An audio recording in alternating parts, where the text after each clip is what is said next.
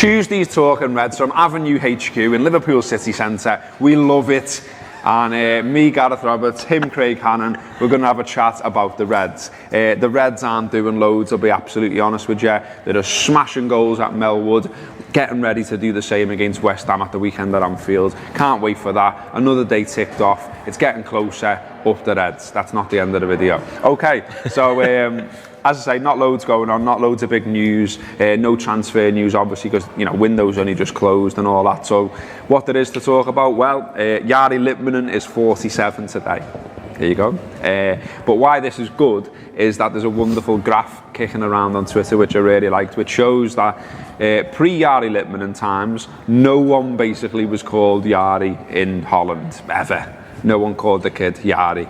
Jari rocks up from Finland, plays brilliantly for Ajax. They win the European Cup amongst other things, and loads of people call the son Jari. And there's a nice graph showing sort of no Yaris, mid-90s, a few Yaris, late 90s, loads of Yaris all over the show. And so yeah, I just thought I'd do a little, like some people on here have been in the comments have been saying, you know, why don't you talk a little bit more about yourselves and contributors and stuff like that? Well, here you go. So a few people are weird like that, aren't they? Football fans, and name their sons and daughters after, you know, players and managers and stuff like that. I mean, you know, my son's called Gareth. Rob Gutman's son is called Rafa, one of them. Mike Nevin's son, his middle name is Owen, after Michael Owen, before he was a treacherous twat and went to Manchester United. Didn't age well, that one, did it? Nah. So, you know, people do this kind of thing, and I quite like it because, you know, we live our footy, don't we? We get involved, we try to brainwash our children into it. Right now, mine are both looking at me going, nah, Dad, it's boring. 90 minutes watching a fella kick a ball, you're all right. So it's not really happening for me, much to my frustration. But what else are we going to talk about here? I might call mine. Oh yeah, Virgil Hannan. Virgil Hannan. Yeah. Why are you laughing? Like a Virgil touched. Yeah.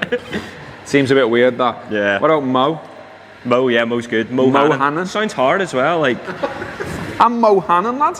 Or I'd say what's a good test is, like, you know, like if someone's knocking for your kids, so like, you know, is Mo Hannan coming out? It needs to be something that I don't say differently to you, because if they're going to live in Liverpool, do you know what I mean? Like if it's something, I can't think of one right now, but if it's something where I say it weird, you're just going to take the piss out of it every day. Yeah, if your son was Cara, that wouldn't work, would it? Cara Hannan.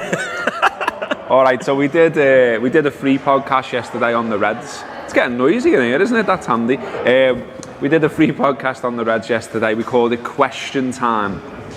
The reason being that, as I say, there wasn't a match at the weekend, FA Cup and all that. West Ham's a long way away. So we just thought we'll throw it out to Twitter and to the Facebook group for Tour Player subscribers. What we said was, what would you like us to talk about? We got a load of answers. Craig's got some of them there, and we just thought, you know, we'll get a panel together and ask them as many questions as we can. As it turned out, in an hour or so, we only actually got through 4 because there was some quite sort of heated debates around the table. Some mixed reviews for that as a podcast, ranging from passionate debate, please do this more, to you're bound to get the odd dud. So yeah, thanks for that, mate. I mean, we do read all the comments, as I always say, so we read all the comments on YouTube, on Red and White Cop, on Twitter, on Facebook, on Instagram, wherever you put them, we're reading them, we're taking them in, and we're talking about them in the office. And it can influence what we do. But, you know, it can also influence me to tell you to do one if you're being a bit weird. And some people I like are that, though, undoubtedly weird. All feedback's good feedback. Yeah. I think, like, I'm probably not going to use that when we're trying to market the Anfield Wrap. The Anfield Wrap, you're bound to get the odd dud. Do you know what I mean? I'm not going to use that. It's not the best, is it? I mean, the debate went here and there in that podcast, so I've seen some people doing that. I had to switch off at X. Well, what did you switch off for? It was different people around the table, and this is the thing about the Anfield Wrap. You know, people say, oh, the Anfield Wrap is this, or the Anfield Wrap is that. The Anfield Wrap is negative about X. Well, how is it? Because there's 90 odd contributors all in all. Yes, there's a full-time staff, but then there's contributors outside of the full-time staff. And as I say, it's running into the 90s now, the number of people who've been on Anfield Wrap podcast since we kicked it all off in 2011. So don't do the Anfield Wrap is this and the Anfield Wrap is that, because there's loads of opinion on there, positive, negative, neutral, whatever you want. So yeah, I wouldn't read too much into the odd comment from the odd contributor or whatever. But what I thought we'd do on today's video anyway is we've got loads and loads of these questions that we didn't get through. So I thought it'd be quite nice to maybe go through some of them on here. Why not? And also, if you want to put questions in the comments all the time, but particularly today, we might do a little follow-up later on in the week and say, here's some of the questions you asked us on YouTube. So, fire away. But Craig, go on. This one wasn't discussed. Just how short are Jordan Pickford's arms? They are short, aren't they? I think this is a Neil Atkinson observation, and it's why he's one of the best at watching football. Now, Neil noticed this, and lots of people rave about Pickford, reckon he's a decent keeper. Obviously, Everton forked out a good chunk of change to get him to Goodison Park. But he does seem to have little arms for a keeper. He's no Mr. Tickle. Like T-Rex. Little bit T-Rexy, yeah. I mean, you just see him sort of diving for things, and he just can't quite reach. He just can't quite get there. So yeah, I think it's a decent observation that Jordan Pickford's got smallish arms. In all seriousness, I'm going to ask you the same question as what was asked on the podcast yesterday. So, what was asked was, how has Klopp done up until now, and what does he need to do in the future? The reason I'm asking Gareth is Gareth presented the podcast yesterday, and I was in filming it, and when I was listening, I wasn't agreeing with 2 or 3 of the contributors. I wanted to grab a microphone and sort of air my sort of, not displeasure at what was being said, but I just didn't agree with it at all.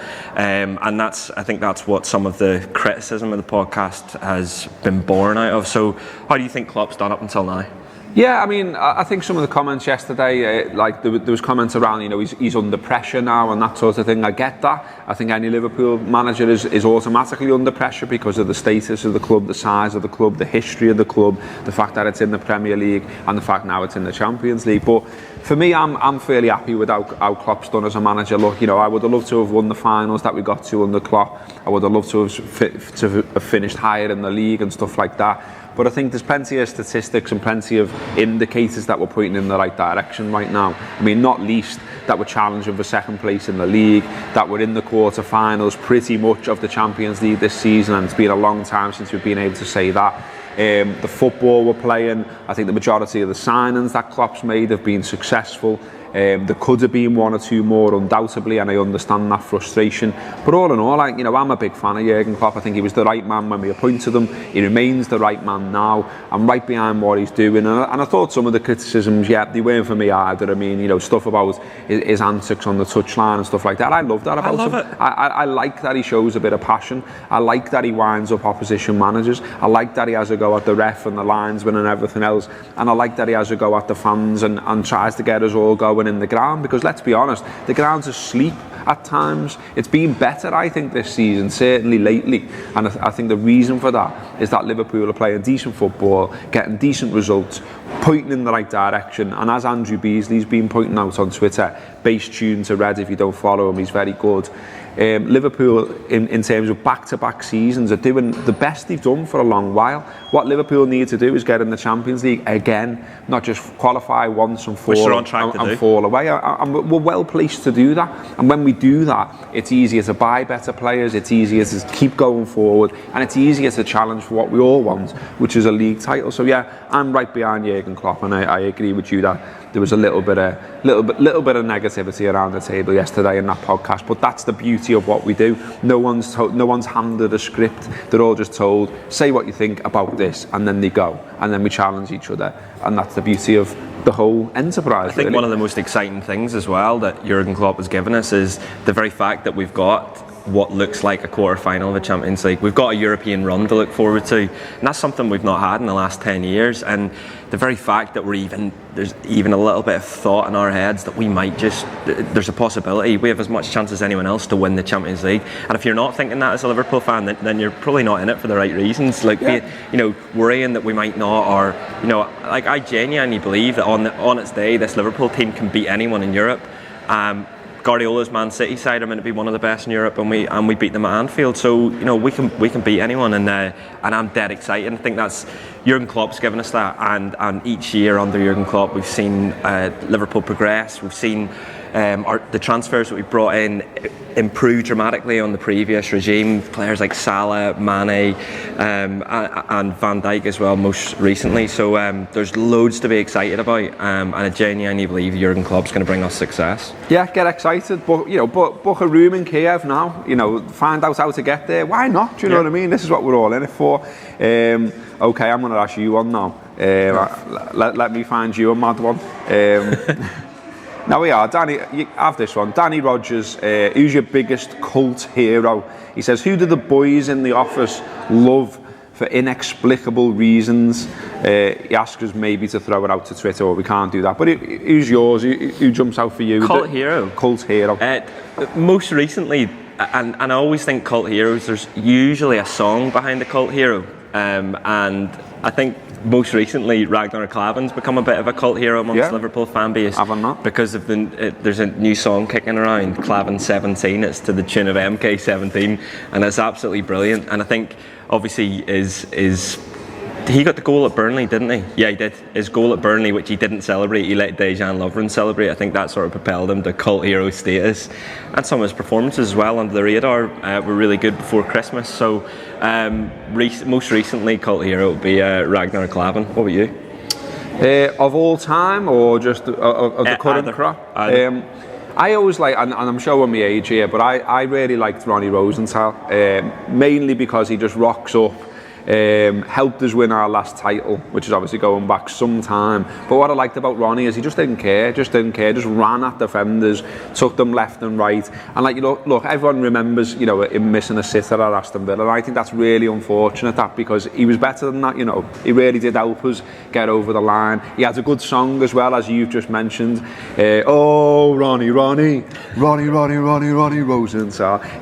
And he was easy to like. And look, it faded out for him. And he didn't have a really long Liverpool career, but that's what cult heroes are about, aren't they? Parachuted in, do the thing, get off again. I think Titi Camara was another one as well. I like Titi, and he fell out with Gerard Houllier. Wasn't the only player to do that, but when he was on it and when he was at it, he was good, and he scored some absolutely belting goals. And we can forget the moment where his dad had passed away, unfortunately for him, and yet he still played through it.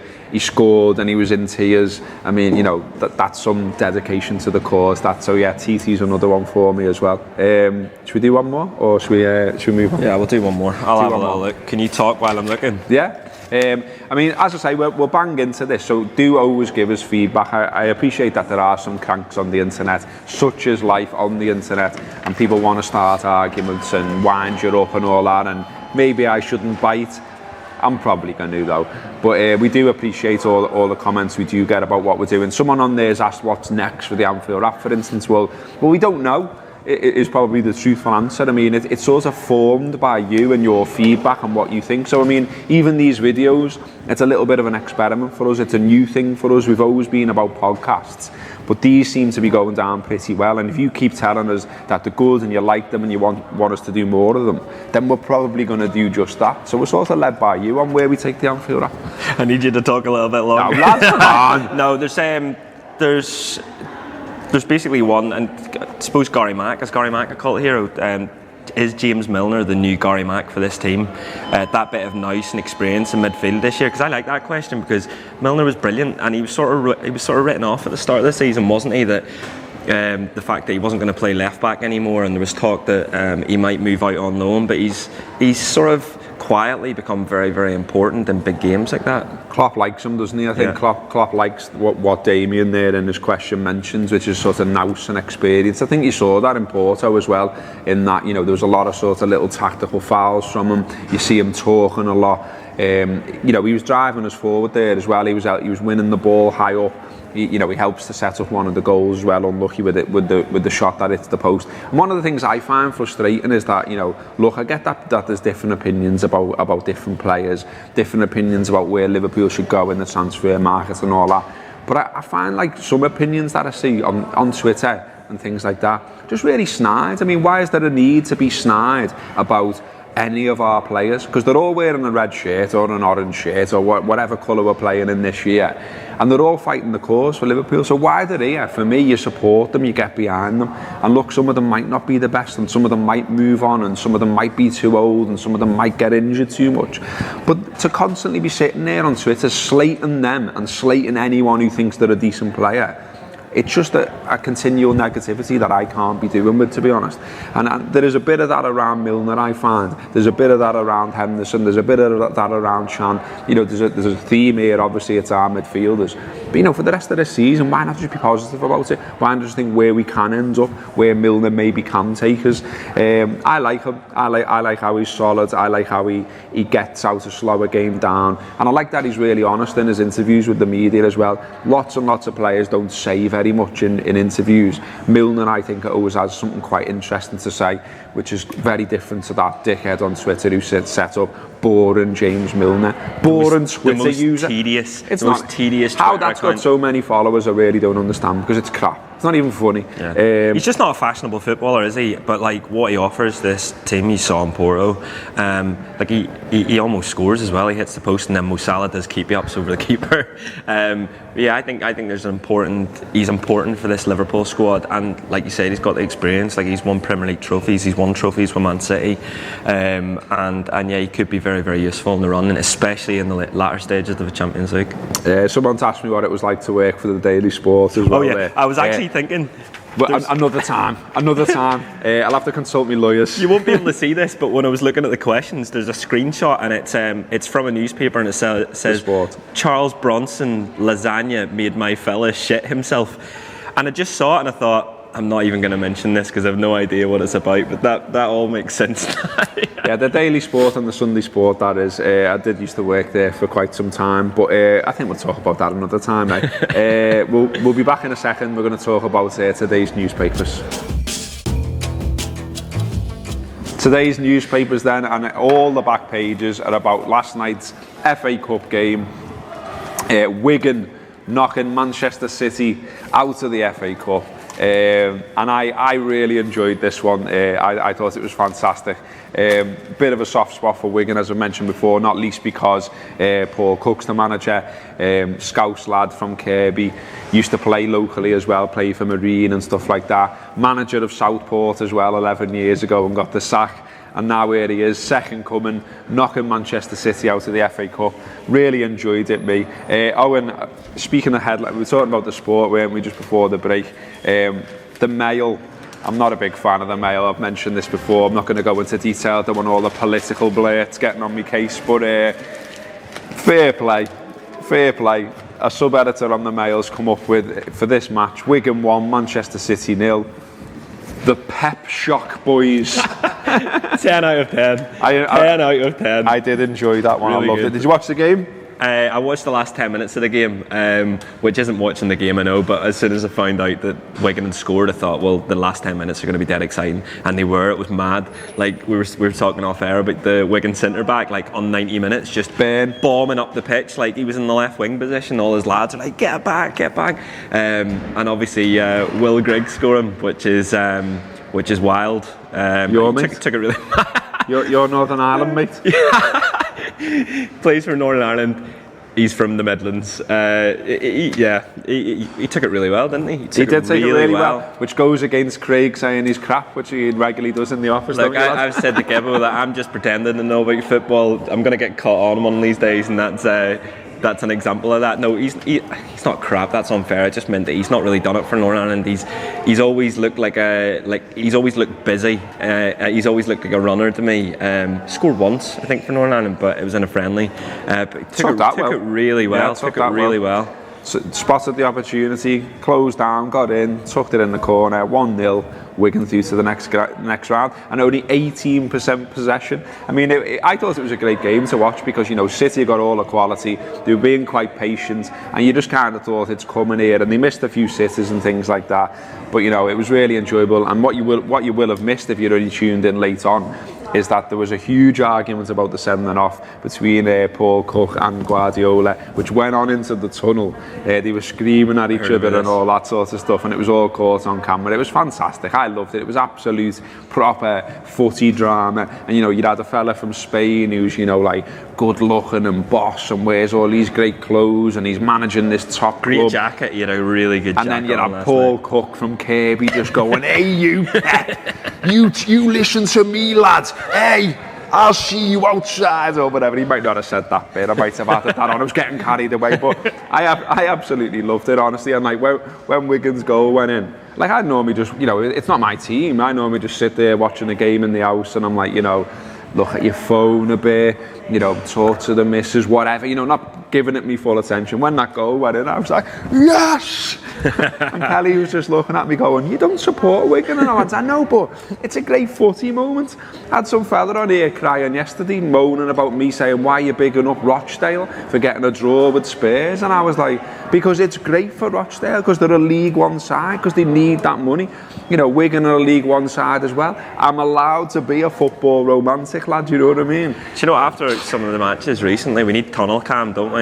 Yeah. We need a camera in the tunnel just to see, like, obviously we could see it last night, but, you know, we want more of that, don't we? Yeah, absolutely. It was fantastic. I loved it. Wigan's quite cramped inside. I've been in the press box in the press room there, so I knew when the cameras were following them that it could have got interesting, and it did get interesting. I wonder what happened at the end. You know, whether they all kissed and made up and had a glass of sherry or whatever. I suspect they did. On the Anfield Wrap today, a couple of shows out there. Wildcards will be out around 12 noon, and the big question out later tonight. We haven't recorded that one yet, but we will be doing later this afternoon. And the big question this time around that we are posing is how much should supporters be involved in the running of their football club? That is obviously a big question. That's the idea. We're hoping that's going to spark a decent debate between the contributors. So have a listen to that one. That'll be out there later tonight. And as ever, if you don't subscribe to Tour Player, please do consider it. theanfieldwrap.com/subscribe, £5 a month. And if you don't like it, unsubscribe, and all you've wasted to £5, which is what? Price of a pint, price of 442 magazine, price of, don't know, I'm running out of things that are £5. Trying to think of something funny and it's not coming to me. Any £5 things there that are legal? No. No? Okay, that's been Talking Reds. We'll see you tomorrow.